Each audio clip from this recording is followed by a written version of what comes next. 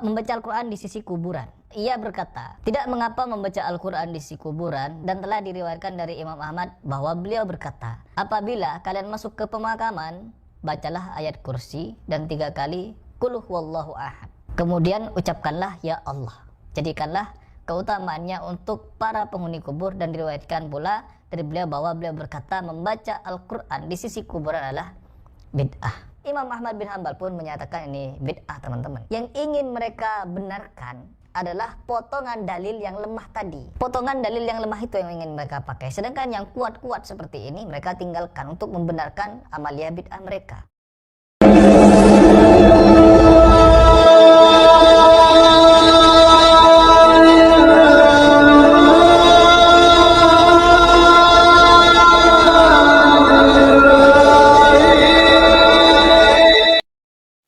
Assalamualaikum warahmatullahi wabarakatuh. Bismillah, alhamdulillah, assalatu wassalamu ala rasulillah wa ala alihi wa sahbihi wa man tabi'ahu wa mawalah wa la hawla wa la quwata illa billah, amma ba'du.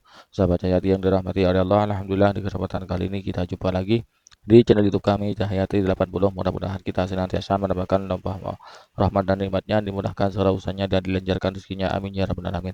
Sahabat Cahayati yang dirahmati oleh Allah, kita tadi telah menyaksikan sebelum cuplikan video yaitu Harry Pras yang menyampaikan bahwasanya Imam Ahmad itu membid'ahkan membaca Al-Quran di kuburan, dan apa yang disampaikan Harry Pras itu tidak benar ya, karena setelah itu Imam Ahmad bin Hanbal itu meralat pendapatnya dan beliau menegaskan bahwasanya membaca Al-Quran itu di kuburan itu tidak bid'ah. Namun karena ini tidak sesuai dengan agenda dan ajaran Wahabi, maka pendapatnya Imam Ahmad itu dipotong, disunat ya, dipotong kalimat terpentingnya, kemudian disampaikan yang tidak sebenarnya. Ini yang kelakuannya orang-orang Salafi Wahabi. Dan Harry Pras ini sebetulnya tidak punya kompeten dalam bidang ilmu fikih, karena dia tidak pernah belajar ilmu agama, belajar fikih. Dan orang seperti ini itu tidak boleh diikuti ya. Orang awam jangan ikut orang awam. Patokannya adalah ulama, karena al-ulama warasatul anbiya. Ulama itu pewaris para nabi.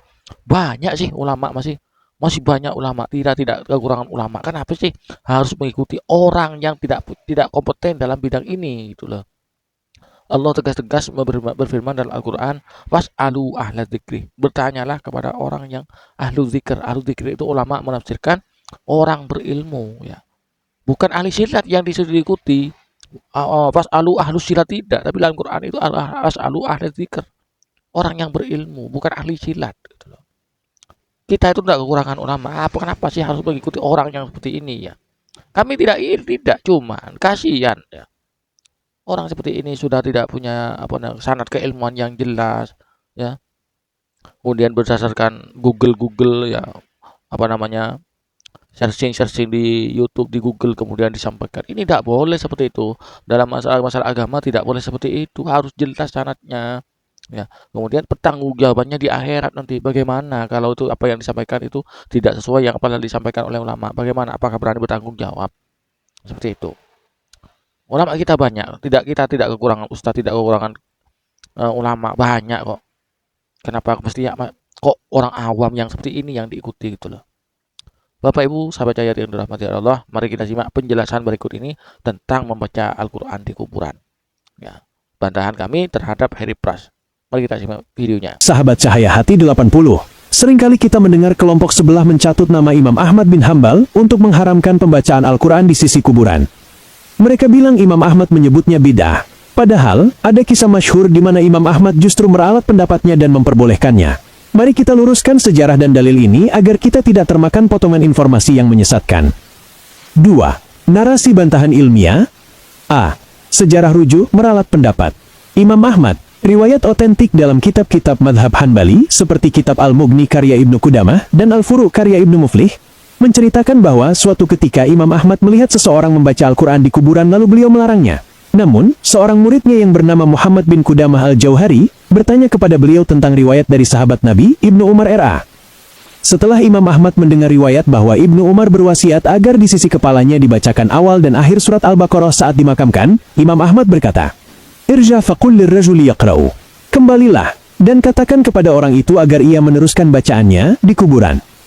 Ini membuktikan bahwa Imam Ahmad bin Hambal secara resmi memperbolehkan membaca Al-Quran di kuburan. B. Dalil sunnah dari sahabat Nabi Salafus Soleh. Dalil yang membuat Imam Ahmad meralat pendapatnya adalah riwayat dari Abdullah bin Umar R.A. عن ابن عمر أنه وصى إذا دفن أن يقرأ عند رأسه بفاتحة البقرة وخاتمتها. Dari Ibnu Umar, sesungguhnya beliau berwasiat jika beliau dimakamkan agar dibacakan di sisi kepalanya awal surat Al-Baqarah dan penutupnya. Habitat adalah tamgiyah. Al-Baihaqi dengan sanad yang hasan. Jika sahabat Nabi saja berwasiat demikian, maka membacanya bukanlah bid'ah, melainkan sunnah yang diamalkan oleh generasi salaf. Al-Quran adalah rahmat bagi yang hidup dan yang wafat. Al-SWT berfirman bahwa Al-Quran adalah rahmat. Wa nunazzilu minal Qur'ani ma huwa shifaa'un wa rahmatun lil mu'minin. Dan kami turunkan dari Al-Quran suatu yang menjadi penawar dan rahmat bagi orang-orang yang beriman. QS Al-Isra 82. Ulama Aswaja menjelaskan bahwa rahmat Allah turun dimanapun Al-Quran dibacakan, termasuk di pekuburan. Mayit akan mendapatkan ketenangan dari rahmat yang turun tersebut.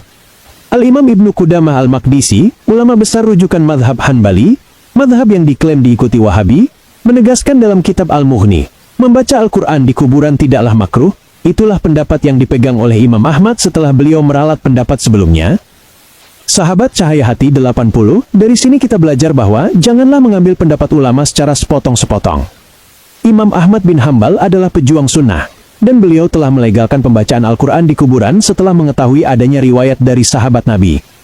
Maka, tahlilan atau pembacaan Al-Quran saat ziarah adalah amalan yang lurus dan memiliki landasan kuat dari para salafus soleh. Bapak Ibu sahabat Jayati yang dirahmati oleh Allah, demikianlah tanggapan kami terhadap apa yang disampaikan oleh Refresh. Mudah-mudahan saudara-saudara kita tercerahkan dan bermanfaat bagi kita bersama, menjadi tambahan ilmu, tambahan wawasan, tambahan pengetahuan. Dan mudah-mudahan saudara kita yang terjebak dalam ajaran-ajaran yang menyimpang, ajaran-ajaran yang hanya mengatasnamakan Al-Quran dan Sunnah, hanya membawa nama ulama salaf, faktanya bertentangan, mudah-mudahan oleh Allah diberi hidayah, disadarkan sehingga menjadi kembali kepada jalan yang benar. Amin ya rabbal alamin. Dari kami kurang lebihnya mohon maaf. Wassalamualaikum warahmatullahi wabarakatuh.